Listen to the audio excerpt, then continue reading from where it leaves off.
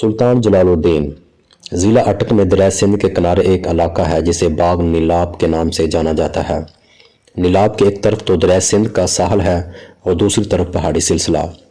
قریب ہی دریائے کابل اور دریائے سندھ کا سنگم ہوتا ہے۔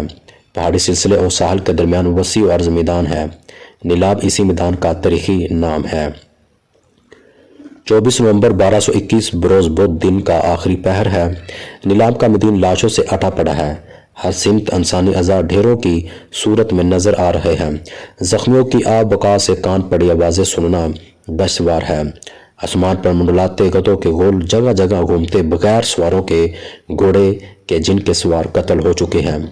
بکھری ہوئی شمشیریں اور ڈھالیں اس بات کی گواہی دیتی ہے کہ تاریخ اسلام کا ایک عظیم الشان معرکہ آج اس میدان میں پیش آیا ہے۔ مگر یہ کہ معرکہ ابھی ختم نہیں ہوا۔ ساحل کے ساتھ جہاں پہاڑی سلسلہ ختم ہوتا ہے وہاں اب بھی شمشیریں میان سے باہر ہیں۔ گھوڑے پر سوار ایک آہن پوش جوان مرد اب بھی دشمن سے مد مقابل ہے۔ شمشیر زنی کا مقابلہ جاری ہے۔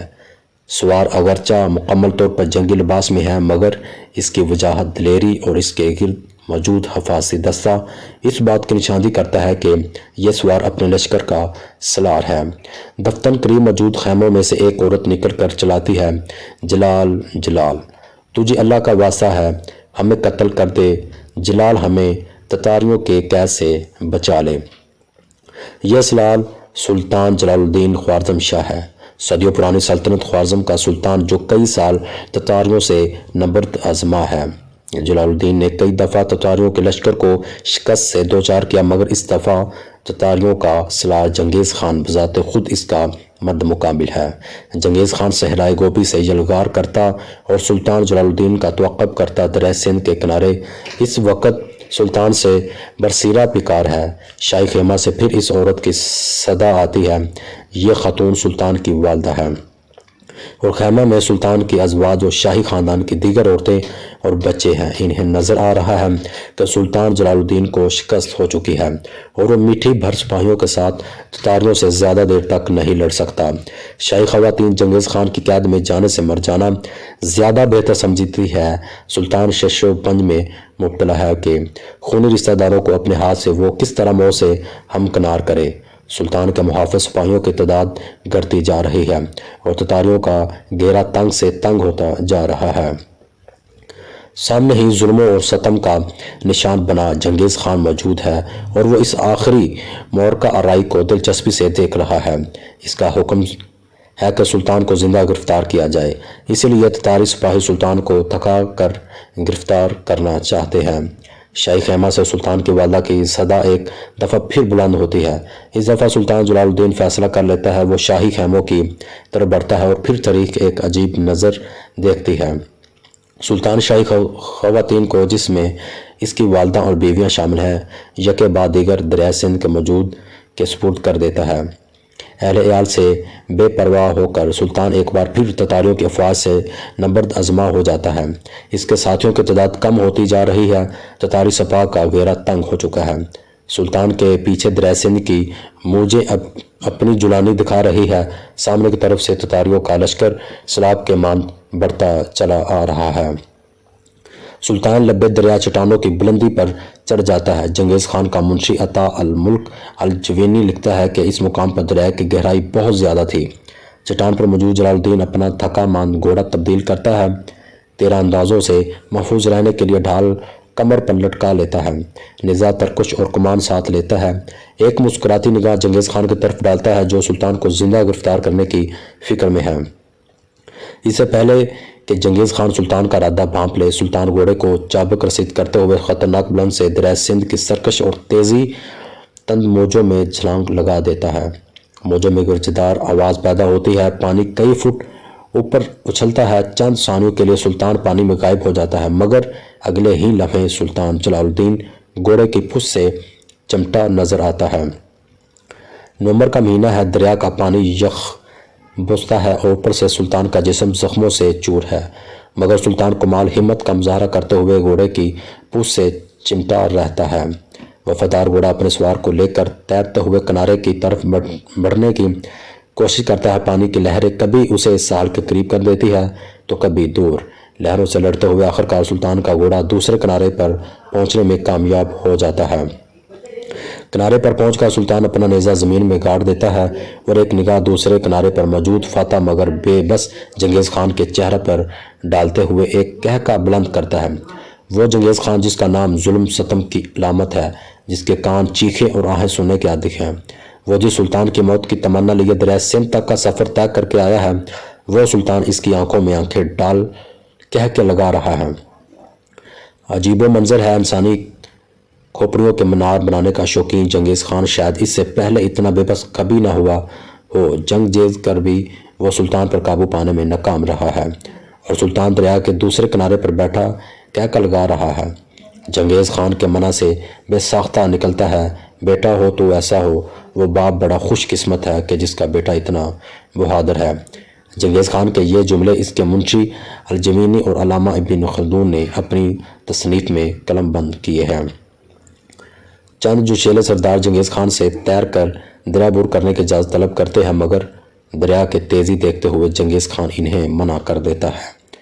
اوپر تحریر کردہ منظر 1221 میں دریائے سندھ کے کنارے پیش آنے والے اس جنگی معرکے کو پیش کرتا ہے کہ جس میں سلطان جلال الدین خوارزم شاہ دلیری اور جوان مردی کی وہ اعلیٰ مثال قائم کی کہ جس کی نظر آج تک تاریخ انسانی پیش کرنے سے قاصر ہے۔ 20 فٹ بلندی سے گہرے اور تیز رفتار دریا میں زخمی حالت میں چھلانگ لگانا اور پھر بخیر و عافیت دوسرے کنارے تک زندہ سلامت پہنچ جانا انسانی عقل و شعور سے باہر ہے۔ سلطان جلال الدین وہ جوان مرد ہے کہ جس نے منگولیا سے اٹھنے والے تتاری سیلاب کے آگے باندھنے کی کوشش کی۔ چنگیز خان کی قیادت میں منظم ہونے والی تتاری و وحشی قبائل اس وقت کی آباد دنیا کے تقریباً آدھے حصے کو متاثر کر گئے۔ سلطنت خوارزم۔ وسط ایشیا میں دو بڑے تاریخی اور مشہور دریا بہتے ہیں۔ دریائے جہو جسے اب دریائے آمو کہا جاتا ہے اور دوسرا دریائے سہو جسے اب سید دریا بھی کہتے ہیں۔ ان دونوں دریاؤں کے درمیانی علاقہ ماور النہر کہلاتا ہے۔ سمرقند، کوکند، بخارا اور ترمز جیسے مشہور تاریخی شہر اس علاقے میں واقع ہے۔ اسی دریائے آمو کے کنارے موجودہ ازبکستان میں اورگنج نام کا شہر بھی آباد ہے۔ یہی گنج سلطنت خوارزم کا دارالحکومت تھا۔ سلطنت خوارزم کی تاریخ سکندر اعظم سے بھی تقریباً 1000 سال پرانی ہے، یعنی خوارزم شاہ کا لقب سکندر اعظم سے بھی قریباً 1000 برس قدیم ہے۔ زمانہ اسلام میں اموی خلیفہ ولد بن عبد المالک کی سپہ سالار فاتح ترکستان فتیبہ بن مسلم باہلی کے ہاتھوں سلطنت خوارزم اسلامی مملکت میں شامل ہوئی۔ خوارزم کے حکمران خلافت اسلامیہ کے صوبے دار یا گورنر کی حیثیت رکھتے تھے۔ امویوں کے بعد سلطنت خوارزم عباسیوں کے ماتحت آ گئی۔ عباسیوں کے دور زوال میں جب بغداد کا خلیفہ کمزور ہو گیا اور مملکت اسلامیہ کے علاقے یکے بعد دیگر خود مختاری کا اعلان کرنے لگے تو خوارزم شاہ نے بھی اپنی خود مختار حیثیت کا اعلان کر دیا۔ بغداد کی مرکزیت سے الگ ہو جانے کے بعد خوارزم کے حکمرانوں نے آس پاس کے علاقے فتح کرنا شروع کر دیے۔ خلافت عباسیہ کے علاقے جو مرکز کمزور ہونے کے سبب آزاد ہو گئے تھے، وہ رفتہ رفتہ سلطنت خوارزم اس میں شامل ہوتے گئے۔ خوارزم کی سرحدیں وسیع ہوتی چلی گئی اور آخری کار 1200 میں سلطنت علاؤ الدین محمد شاہ کے خوارزم شاہ بن جانے کے بعد سلطنت خوارزم کی سرحدیں تیزی سے وسیع ہونے لگی۔ ماور النہر کے اکثر علاقے جن میں سمرقند، بخارا، کوکتن، تمز، بلخ، تاشقند اور فرغانہ وغیرہ شامل تھے، اورگنج کی سلطنت کے اندر آ گئے۔ علاؤ الدین محمد خوارزم شاہ نے ترکان خطا کے خلاف عظیم کامیابی حاصل کی۔ اسی طرح سلجوقی ترکوں کی مقبوضات بھی خوارزم شاہ کے پاس آ گئی۔ ادھر افغانستان کے غوری سلطنت کا سلطان شہاب الدین غوری اسماعیلی باطنی فرقہ حسن بن صبا کے فدائیوں کے ہاتھوں شہید ہو گیا۔ اسی طرح غوری سلطنت انتشار کا شکار ہو گئی اور پھر خوارزم شاہ نے افغانستان پر حملہ کر کے غوری سلطنت پر بھی قبضہ کر لیا۔ پاکستان کے سرحدی علاقوں تک خوارزم شاہ کی مملکت پہنچ گئی۔ اسی طرح موجود سرحدی اعتبار سے سلطنت خوارزم اپنے زمانہ عروج میں موجودہ ازبکستان، ترکمنستان، تاجکستان، افغانستان، ایران، پاکستان کا صوبہ خیبر پختونخوا اور صوبہ بلوچستان کے کچھ حصہ پر محیط تھی۔ علاؤ الدین خوارزم شاہ اور خلیفہ بغداد میں چپقلستہ۔ اب سلطان علاؤ الدین خوارزم شاہ نے خلافت عباسیہ کو بھی اپنی سلطنت کا جگزار بنانا چاہا۔ اس نے خلیفہ بغداد کو پیغام بھیجا کہ خوارزم شاہ کا نام جمع کے خطبے میں خلیفہ کے ساتھ شامل کیا جائے اور خلیفہ بغداد سلطنت خوارزم کا متی ہو جائے۔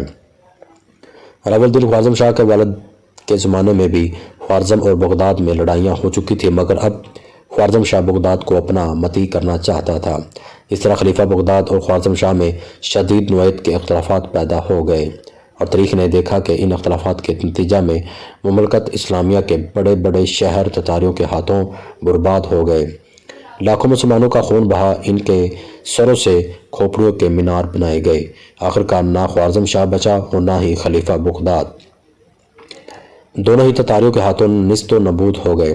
تتاری قبائل کی چنگیز خان کی سربراہی میں بھی یلغار، کمزور اور ناتواں خلیفہ بغداد کو اپنا رقیب اور دشمن سمجھنے والا علاء الدین خوارزم شاہ احمق تھا۔ اس کا اصل دشمن تو صحرائے گوبی میں مسلمانوں کا خون پینے کی تیاریوں میں مصروف تھا اور موقع کی تلاش میں تھا۔ چین کے شمالی علاقہ میں ایک وسیع و عریض صحرا واقع ہے جسے صحرا گوہی کہا جاتا ہے۔ اس کا کچھ حصہ منگولیا میں بھی شامل ہے۔ زمانہ قدیم میں اس صحرا میں وحشی اور جنگجو قبائل آباد تھے۔ صحرا کی سختی سے یہ قبائل بہت سخت مزاج ہو گئے تھے۔ آس پاس کے علاقوں میں لوٹ مار اور قتل و غارت گیری کرنا انہیں مرغوب تھا۔ چین کے تاریخی خطائی سلطنت کے حکمرانوں نے دیوار چین قائم کر کے انہیں صحرا تک محدود کر دیا تھا۔ قبائلی طرز زندگی میں مرکزیت نہیں ہوتی بلکہ طاقت ہی اصل سرچشمہ ہوتی ہے۔ صحرا گوہی میں مغل قبیلہ سب سے طاقتور تھا۔ 1154 میں اس قبیلے کے سردار کے گھر ایک لڑکا پیدا ہوا جس کا نام تموجن رکھا گیا۔ جوان ہو کر تموجن نے مغل قبیلے کے تمام دشمنوں کو شکست دے دی اور ایک طویل اور صبر آزما جدوجہد کے بعد گوہی اور منگولیا کے آوارہ قبائل کو ایک جھنڈے تلے منظم کرتے ہوئے ان سب کا سردار بن گیا۔ صحرائے گوبی میں واحد علاقہ جو کچھ سرسبز اور شہری بود باش لیے ہوتے تھا وہ قراقرم کے نام سے مشہور تھا۔ تموجن نے تمام قبائل جن میں مغل، ایغورا وغیرہ شامل تھے، ان کے سربراہی اور مرکزیت کا اعلان کرتے ہوئے قراقرم کو اپنا دارالحکومت قرار دیا اور چنگیز خان کا لقب اختیار کیا۔ چنگیز خان کا چین پر حملہ اور خطائی سلطنت کا خاتمہ۔ چنگیز خان کو علم تھا کہ سرکش منگول صرف اسی صورت میں قابو میں آ سکتے ہیں جب انہیں جنگ جدل میں مصروف رکھا جائے۔ اسے معلوم تھا کہ اگر انہیں فارغ چھوڑ دیا گیا تو وہ آپس میں لڑنے لگیں گے۔ کچھ اس وجہ سے اور کچھ ہوس مار زر کے تحت چنگیز خان نے منگولیا کی حدود سے نکلنے کا فیصلہ کیا۔ اس کا پہلا شکار پڑوس میں واقع چین کی خطائی سلطنت بنی۔ کئی سال کی خونریزی کے بعد چین کا شہنشاہ دائی دنگ دارالحکومت بیجنگ چھوڑ کر فرار ہو گیا اور چین کا وسیع و عریض ملک چنگیز خان مملکت میں شامل ہو گیا۔ چنگیز خان کی سلطنت خوارزم پر نگاہیں چین کی فتح کے بعد سلطنت قراقرم کی سرحد خوارزم کے مسلمان علاقوں کو چھونے لگی تھی۔ ملک گیری کی ہوس چنگیز خان کو سکون سے بیٹھنے نہیں دے رہی تھی۔ دوسری طرف وہ تتاریہ قبائل کو مسلسل جنگ و جدل میں بھی مصروف رکھنا چاہتا تھا۔ چنانچہ اب اس کی نگاہیں سلطنت خوارزم کے علاقوں کی طرف مرکوز ہو گئی۔ خوارزم کے شہر سمرقند، بخارا، تاشقند اور گنج وغیرہ اس وقت عالم اسلام کی تہذیب و تمدن کا مرکز تھے۔ علم و ہنر میں یکتا افراد دنیا بھر سے ان علاقوں میں اپنے فن کی داد حاصل کرنے آتے تھے۔ تجارت کا مرکز ہونے کے سبب ماول نہر کے یہ شہر مال و دولت کی فراوانی رکھتے تھے۔ چنگیز خان نے اس مال و دولت اور ہوس اقتدار کے تحت ان سرسبز و شاداب شہروں کو برباد کر دیا۔ 1218 میں سلطنت قراقرم اور سلطنت خوارزم کے درمیان آزادانہ تجارت اور آمد و رفت کا معاہدہ طے پایا۔ چنگیز خان مسلم علاقوں پر حملہ آور ہونے سے پہلے ان شہروں کو محل وقوع اور جغرافی حالات سے مکمل آگاہی چاہتا تھا۔ چنگیز خان کا طریقہ کار یہی تھا کہ جاسوسوں کے ذریعے ان علاقوں سے متعلق مکمل آگاہی حاصل کر لی جائے جن پر حملہ آور ہونا مقصود ہو۔ تجارت کے معاہدے کے تحت تاجروں کے روپ میں تاتاری جاسوس سلطنت خوارزم میں پھیل گئے اور سلطنت کے جغرافی حالات کے بارے میں معلومات قراقرم پہنچانے لگے۔ خلیفہ بغداد ناصر الدین کی چنگیز خان کو عالم اسلام پر حملہ ہونے کی دعوت۔ اس ساری داستان میں سب سے المناک پہلو خلیفہ بغداد ناصر الدین کا شرمناک کردار ہے۔ اس کی دعوت پر چنگیز خان عالم اسلام پر فوری حملہ آور ہو گیا، ورنہ شاید عالم اسلام کو چند عشرے اس بربادی سے بچنے کے لیے مل جاتے۔ تفصیل اس حادثے کے کچھ یوں ہے کہ خوارزم شاہ سلطان علاؤ الدین کا خلیفہ ناصر کو اپنی اطاعت کا پیغام دینا اس بات کا غماز تھا کہ وہ خلیفہ ناصر کی اطاعت سے آزاد ہو چکا ہے۔ اس واقعے کی تفصیل پہلے آ چکی ہے۔ اب خلیفہ بغداد کو براہ راست خوارزم شاہ سے خطرہ لاحق تھا۔ جنگیز خان کا خوارزم شاہ سے معاہدہ دوستی بھی خلیفہ ناصر الدین کے لیے باعث پریشانی تھا۔ دوسری طرف خلیفہ کا زبردست جاسوسی نظام اسے بتا رہا تھا کہ حقیقت میں جنگیز خان کا معاہدہ دوستی اور تجارت ایک فریب ہے اور اصل میں جنگیز خان کی نظر سلطنت خوارزم کے شہر پر ہے۔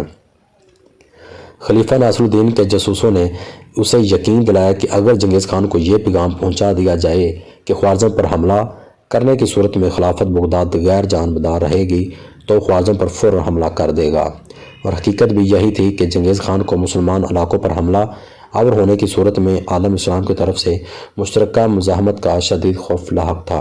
اس پیش نظر میں خلیفہ بغداد ناصر الدین نے وہ اقدام اٹھایا جو اس کے منصب کے شان پر غزنا تھا۔ خوارزم کے سلطان سے لاکھ خطرے سہی مگر وہ بہرحال مسلمان حکمران تھا اور اس سے معاملات گفت و شم سے حل کرنا بہتر تھا۔ مگر خلیفہ بغداد نے قراقرم ایک سفارتی وفد روانہ کیا اور ایک خفیہ پیغام جنگیز خان کو بھجوایا کہ اگر وہ خوارزم پر حملہ آور ہوگا تو بغداد کی خلافت اس زمن میں غیر جانبدار رہے گی۔ یعنی خلیفہ نے جنگیز خان کو عالم اسلام پر حملہ آور ہونے کی دعوت دی اور اس بات کی یقین دہانی کروائی کہ بغداد کی خلافت جو عالم اسلام کا سیاسی مرکز ہے اس سلسلے میں خاموش رہے گی۔ یہ سفارت کار بڑی ڈرامائی انداز میں کی گئی جو کہ بغداد کی ایلچی کو قراقرم کے لیے خوارزم کے علاقے سے گزرنا تھا، اس لیے خلیفہ کا خفیہ خط جو سلطنت خوارزم کے لیے موت کا پیغام تھا اسے چھپانا ممکن نہ تھا۔ خوارزم کے حکام ویسے ہی بغداد والوں سے مشکوک تھے۔ اس خفیہ پیغام کو پوشیدہ رکھنے کے لیے عجیب و غریب طریقہ اختیار کیا گیا۔ قاصد کے سر کو مونڈ دیا گیا اور گنجے سر پر سوئی کو گرم کر کے خلیفہ کا پیغام لکھوایا گیا۔ پیغام کے ساتھ خلیفہ کی مہر کو بھی انگارہ کر کے ثبت کر دیا گیا۔ اس تحریر کو کسی خاص تیل سے چھپا دیا گیا۔ جب قاصد کے بال اچھی طرح بڑھ گئے تو اسے قراقرم روانہ کر دیا گیا۔ اس طرح طریقہ یہ خفیہ ترین پیغام جنگیز خان کو پہنچ گیا۔ اس پورے واقعے کی منظر کشی قاسم جلالی کے ڈرامے آخری چٹان میں بہت خوبصورتی سے کی گئی ہے۔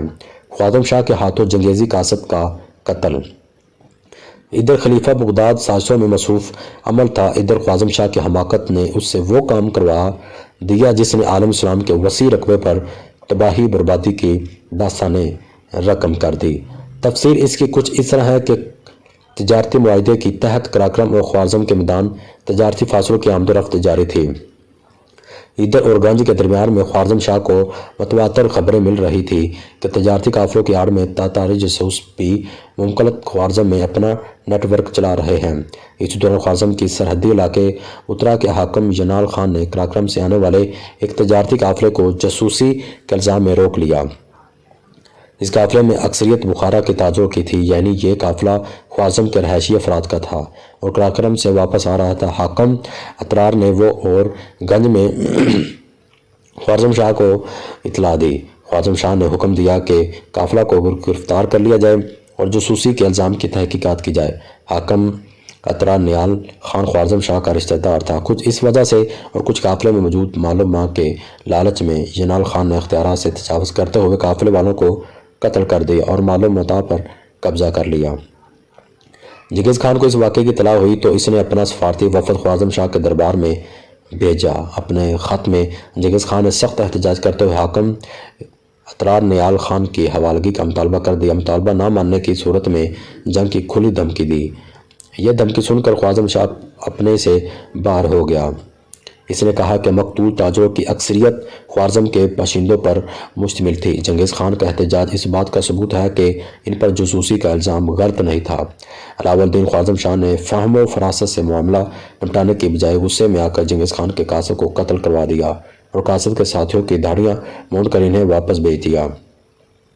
قاصد کا قتل بین الاقوامی اصولوں کے تحت حالت جنگ میں بھی جائز نہیں ہوتا۔ قراقرم اور خوارزم اسی وقت حالت میں امن میں تھے، ایسے میں قاصد کو قتل کر کے خوارزم شاہ نے وہ بھیانک غلطی کی جس کا خمیازہ عالم اسلام کو 1 کروڑ مسلمانوں کی قربانی دے کر بھگتنا پڑا۔ اس کے نتیجے میں خوارزم کی سلطنت ہی برباد ہو گئی اور تاریخ میں قصہ پرینہ بن گئی۔ جنگیز خان کی یلغار۔ قراقرم کے دربار میں جنگیزی وفد شکستہ حالت میں واپسی پہنچا، اور جب اس نے قاصد کے قتل کی اطلاع جنگیز خان کو دی تو جنگیز خان غصے سے کانپ اٹھا۔ تاریخ جہاں کشائی کا مصنف عطا الملک الجوینی لکھتا ہے، جنگیز خان آگ بگولا ہو گیا اور پھر تتاری عقائد کے حساب سے مقدس پہاڑی پر چڑھ گیا اور اپنے فرض مامور کے سامنے سجدہ رویز ہو گیا۔ اس نے 3 دن اور رات اس طرح گزارے اور پھر نیچے آ کر اعلان کیا کہ جس طرح آسمان پر 2 سورج نہیں چمک سکتے، اسی طرح زمین پر بھی 2 شہنشاہ نہیں ہو سکتے۔ جنگیز خان نے خوارزم شاہ کو فوراً پیغام بھیجا، تم نے جنگ کو پسند کیا ہے، اب جو ہوگا سو ہوگا، اور کیا ہوگا یہ خدا کو معلوم ہے۔ اس طرح عالم اسلام پر تتاریوں کی یلغار کا آغاز ہو گیا، اور ایک قاصد کے قتل کا بدلہ جنگیز خان نے 1 کروڑ مسلمانوں کو قتل کر کے لیا۔ تتاریوں کی عالم اسلام پر کی جانے والی یہ یلغار تقریباً 12 سالوں پر محیط ہے۔ چند ایک کیس و عالم اسلام کے تقریباً تمام بڑے شہر اس کی لپیٹ میں آئے۔ مسلمانوں کی لاشوں کے انبار لگائے گئے، 1 کروڑ سے زیادہ مسلمانوں کام میں آئے۔ بڑے بڑے عالم دین، مجدود، محدث اور مختلف فنون کے ماہر اس اصلاح خیز کی روح میں بہہ گئے۔ عالم اسلام کا آدھے سے زیادہ رقبہ اس سے متاثر ہوا۔ اتنی بڑی تباہی روئے زمین پر اس سے پہلے کبھی نہیں دیکھی گئی تھی۔ اتنی بڑی یلغار کا ذکر چند صفحات کے مصنوع میں سمونا بہت مشکل ہے۔ اس ذکر کے لیے مستقل کتاب درکار ہے، پھر بھی کوشش کرتے ہیں کہ کچھ نہ کچھ بات سمجھ آ جائے۔ تتاریوں اور علاوہ الدین خوارزم شاہ کا ٹکراؤ۔ 1219 میں جنگیز خان نے اپنی سپاہ کو منظم کرنے کا حکم دیا اور ایک لشکر جرار کے ساتھ خوارزم کی سرحدوں کی طرف پیش قدمی شروع کر دی۔ مورخین نے جنگیزی لشکر کی تعداد 7 سے 8 لاکھ تک بیان کی ہے۔ طبقات ناصری میں 7 لاکھ جبکہ حافظ ابن کثیر نے 8 لاکھ لکھی ہے۔ خوارزم کی سرحدوں کی قریباً پہنچ کر جنگیز خان نے ایک لشکر اپنے بیٹے جوجی خان کے سربراہی میں خوارزم کے روایتی راستے سے بھیج دیا اور خود اس عظیم لشکر کو لے کر غیر روایتی اور دشوار گزار راستہ اختیار کیا۔ خوارزم شاہ کا جاسوسی کا نظام ناقص نکلا اور وہ جوجی خان کے لشکر کو جنگیز خان کا لشکر سمجھ کر جنگیز خان کے عسکری چال کا شکار ہو گیا۔ دریائے سیاہوں کے پارستا مرتفع پامیر، جو آج کل چین کا مسلم اکثریتی صوبہ سنکیانگ یا کاشغر کہلاتا ہے، خوارزم شاہ اور جوجی کا ٹکراؤ ہو گیا۔ خوارزم شاہ کا لشکر 4 لاکھ سپاہیوں پر مشتمل تھا اور جوجی خان کے پاس اصل لشکر کا صرف ہر اول دستہ تھا۔ راستے میں جوجی خان کے ساتھ جنگیز خان کا مشہور سالار جبی نویان بھی شامل ہو گیا تھا، مگر پھر بھی تعداد کے حساب سے تتاری اب بھی خوارزموں سے بہت کم تھے۔ دوسری طرف جنگیز خان اپنا اصل لشکر لے کر دشوار گزار پہاڑی راستوں سے خوارزم کے واسطے کی طرف محو سفر تھا۔ جنگیز خان کا منصوبہ خوارزم شاہ کو سرحدی علاقوں میں الجھا کر کمزور کرنا اور پھر اچانک آندھی طوفان کی طرح خوارزم کے وسیع شہر بخار پر قبضہ کرنا تھا۔ بخار کی فتح کے بعد اس نے اپنی مہم کو آگے بڑھانا تھا۔ کاشغر کے میدان میں جوجی خان اور خوارزم شاہ میں معرکہ لڑا گیا۔ اس معرکے سے پہلے جلال الدین خوارزم شاہ، جو اسی وقت شہزادہ تھا، اس کی سربراہی میں تتاریوں سے خوارزموں کی جھڑپ ہو چکی تھی، جس میں خوارزموں کا اچھا خاصا نقصان ہوا تھا۔ بہرحال یہ معرکہ خوارزم شاہ کے حق میں بہت برا ثابت ہوا۔ تتاری اس لڑائی میں بڑی بے جگری سے لڑے اور ایک وقت ایسا بھی آیا کہ تتاری حملہ اور خوارزم شاہ سے صرف 100 گز فاصلے پر رہ گئے، مگر جلال الدین ہمت اور بہادری کے ساتھ اپنے والد کو بچا کر پیچھے لے آیا۔ کاشغر کی لڑائی 3 دن جاری رہی اور پھر جوجی خان جنگیز خان کی منصوبہ بندی کے تحت پیچھے ہٹ گیا۔ خوارزم شاہ نے اسے تتاریوں کی شکست سے تعبیر کیا اور اعلان فتح کر دیا، مگر اس 3 روزہ جنگ میں خوارزم شاہ کے دل دماغ میں تتاریوں کی ہیبت طاری ہو گئی تھی۔ تتاری کے خوف انداز اور لڑنے کے بے خوف اور نڈر طریقہ کار نے خوارزمیوں کی مبہوس کر کے رکھ دیا تھا۔ وہ انہیں کوئی ماروائی مخلوق سمجھ رہے تھے۔ سکوت سمر کندو بخارا۔ کاشغر سے پیچھے ہٹتے ہی جنگیز خان کا ایک تازہ دم لشکر جوجی خان کے پاس پہنچ گیا اور جنگیز خان نے جوجی کو سرحدی علاقے فتح کرنے کا حکم دے دیا۔ جوجی خان سرحدی قلعے فتح کرنا اور قتل و غارت گری کا بازار گرم کرتا ہوا کوکتن پر حملہ آور ہو گیا۔ کوکتن خوارزم کا عظیم الشان شہر تھا۔ اس کا حاکم تیمور مالک تھا، جس نے بڑی بے جگری اور دلیری سے کوکتن کا دفاع کیا، مگر تقدیر کے لکھے کو بھلا کون مٹا سکتا ہے۔ دوسری طرف جنگیزی سالار جبی نویان لشکر سے علیحدہ ہو کر سمرقند کے ترکی شہر کی طرف حملہ آور ہو گیا۔ ادھر جنگیز خان مرکزی لشکر کے ساتھ بخارا کے عظیم الشان شہر کی طرف بڑھا۔ بخارا سمرقند وقتاً اطراء ہر طرف سے تتاری جلگار کی خبریں خوازم شاہ تک پہنچنے لگی۔ تتاریوں سے مرعوب خوازم شاہ گھبرا گیا اور ایک کے بعد دوسرے شہر سے فرار ہونے لگا۔ اسی نے بجائے ایک جگہ رک کر تتاریوں کا مقابلہ کرنے کے اپنے لشکر کو سلطنت کے مرکزی شہر کی دفاع کے لیے پھیلا دیا۔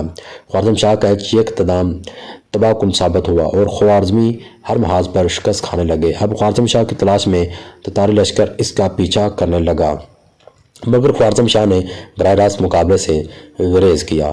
چنگیز خان کی برق رفتاری کے سبب سال بھر میں خوارزم کی سلطنت کے اکثر علاقے تتاریوں کے زیر تسلط ہو گئے۔ سمرقند اور بخارا میں تتاریوں نے مسلمانوں کی لاشوں کے انبار لگا دیے، کھوپڑیوں کے مینار قائم کیے گئے۔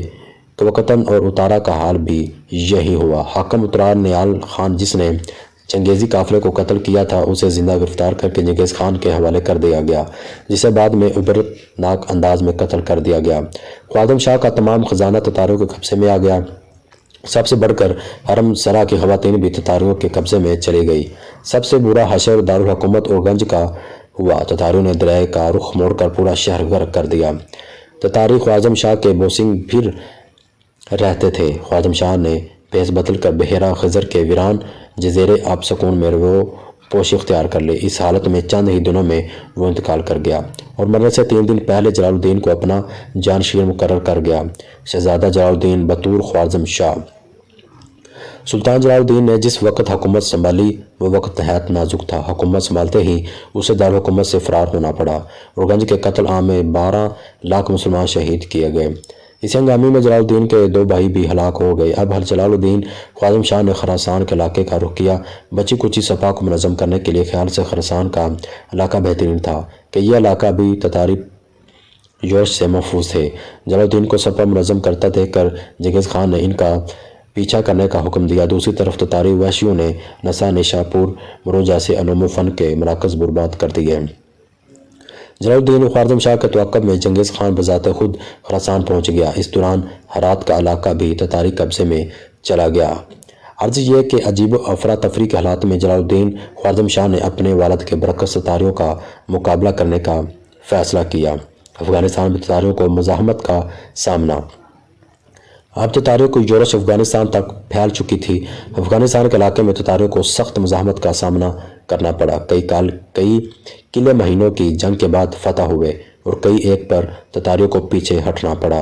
اسی دوران قندھار کا معرکہ پیش آ گیا۔ جلال الدین کو اطلاع ملی کہ قندھار کے قلعے کا نہایت سخت محاصرہ کیا گیا ہے۔ اہل قندھار کی مدد کرنے کے لیے جلال الدین اپنی سپاہ کو لے کر پہنچ گیا۔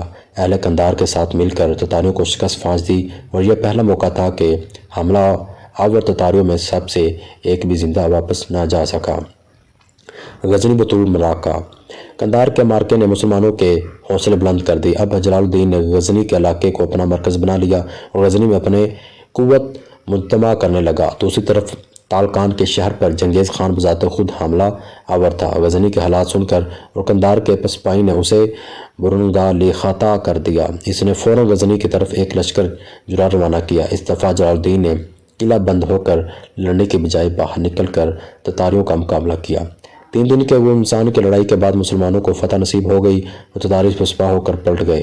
جلال الدین کی اس فتح نے اہل افغانستان میں روح پھونک دی۔ ایک طرف تو وہ جوک در جوک غزنی کا رخ کرنے لگے اور دوسری طرف افغانستان کے مفتوح علاقوں میں تتاریوں کے خلاف بغاوت پر پا ہونا شروع ہو گئے۔ پروان کا معرکہ۔ غزنی کے معرکے کے بعد خراسان کے علاقے میں پھیلنے والی بغاوت کے نتیجے میں تتاریوں نے مفتوح علاقوں میں قتل عام کرنا شروع کر دیا۔ اس قتل عام میں لاکھوں مسلمانوں کو شہید کیا گیا۔ اسی دوران تعلقات میں مقیم چنگیز خان کو جلال الدین خوارزم شاہ نے پیغام بھیجا کہ عام مسلمانوں کو قتل کرنے کی بجائے میرے لشکر کا مقابلہ کریں اور اس کے لیے میدان وہ خود منتخب کرے۔ یہ پیغام چنگیز خان کو آگ بگولا کرنے کے لیے کافی تھا۔ اس نے اپنی تمام قوت کو خراسان میں جمع ہونے کا حکم دیا اور پھر اپنے بیٹے تولی خان کو ایک لشکر جرار دے کر غزنی کی طرف روانہ کیا۔ پروان کے میدان میں تولی خان اور جلال الدین کا معرکہ پیش آیا اور آخرکار گھمسان کی لڑائی کے بعد تولی خان قتل ہوا اور تتاریوں کی بڑی تعداد جلال الدین کی قیادت میں چلی گئی۔ چنگیزی جلگار کے دوران یہ پہلا موقع تھا کہ مسلمانوں کے ہاتھوں تاری گرفتار ہوئے تھے۔ سلطان کے امراء میں پھوٹ۔ پروان کی فتح نے مسلمانوں کے حوصلے بلند کر دیے تھے۔ تتاری کے قابل شکست رہنے کا تصور پاش پاش ہو گیا تھا۔ قریب تھا کہ جلال الدین آگے بڑھ کر خود چنگیز خان پر حملہ کر دیتا اور اسے خراسان سے دھکیلتا ہوا مار النور کے علاقوں میں لے جاتا، مگر قسمت کو یہ منظور نہ تھا۔ تاریخ گواہ ہے کہ ہر دور میں مسلمانوں کو اپنوں ہی نے زیادہ نقصان پہنچایا ہے۔ اس دفعہ بھی ایسا ہی کچھ ہوا۔ پروان کے مال غنیمت میں ایک پیش قیمت گھوڑے پر سلطان جلال الدین کے دور نہایت اہم امرا امیر الملک اور سیف الدین میں جھگڑا ہو گیا۔ بات قتل و غارت کاری تک پہنچ گئی۔ امیر الملک سلطان کا رشتہ دار تھا۔ سیف الدین نے جلال الدین پر اقرا پروی کا الزام لگاتے ہوئے لشکر اسلام سے علیحدہ ہونے کا فیصلہ کر لیا۔ اس نازک موقع پر سلطان جلال الدین گھبرایا اور سیف الدین کو روکنے کی بہت کوشش کی، مگر سیف الدین نہ مانا اور اپنی حامی امراء کے ساتھ فوج کا ایک بڑا حصہ لے کر جلال الدین سے الگ ہو گیا۔ جلال الدین خوارزم شاہ کے کمر ٹوٹ گئی، اس کی فوج میں پھوٹ پڑ گئی تھی۔ چنگیز خان کو اس کا علم ہوا تو اس نے موقع غنیمت جان کر سلطان پر حملہ کرنے کا حکم دے دیا۔ اس دفعہ چنگیز خان بذات خود اپنا لشکر لے کر نکلا۔ سال سندھ کا تاریخی معرکہ۔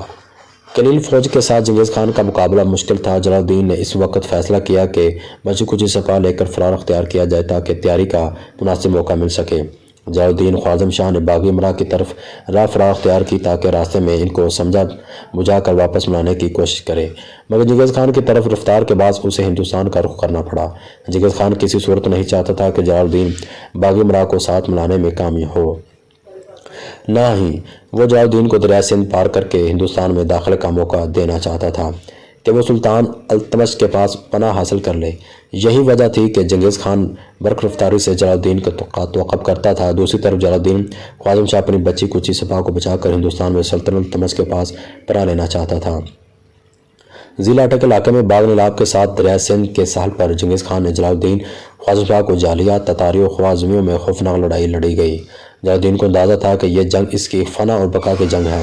تتاریوں کے ہاتھوں جلال الدین کا لشکر برباد ہو گیا۔ اس معرکہ کے تفصیل شروع میں درج کی گئی تھی۔ 24 نومبر 1221 کو یہ معرکہ پیش آیا جس میں خوارزم شاہ نے جوان مردی کا مظاہرہ کرتے ہوئے دریائے سندھ کو عبور کر لیا۔ باقی تمام سپاہ ہوئے سوائے چند ایک کے تتاریوں کے ہاتھوں شہید ہو گئے۔ جلال الدین خوارزم شاہ کا افسوسناک انجام۔ دریائے سندھ عبور کر کے جلال الدین کے چند ساتھی اپنے سلطان کے پاس پہنچ گئے۔ لٹا پٹا یہ شاہی قافلہ دہی کے سلطان التمش کی طرف چلا۔ ادھر چنگیز خان نے تتاری لشکر جلال الدین کے پیچھے روانہ کیے، مگر وہ ان کے پہنچ سے دور نکل گیا۔ تتاری لشکر نے ملتان، لاہور اور پنجاب کے دیگر پر حملہ کر دیا۔ تتاریوں کا ایک اور لشکر بلوچستان کی سمت خزدار کی طرف تباہی پھیلاتا چلا گیا، مگر موسم گرما شروع ہو گیا تھا اور ہندوستان کی گرمی منگولیوں کے سرد علاقے کے باشندوں کو راس نہیں آئی اور وہ بیمار پڑنے لگے۔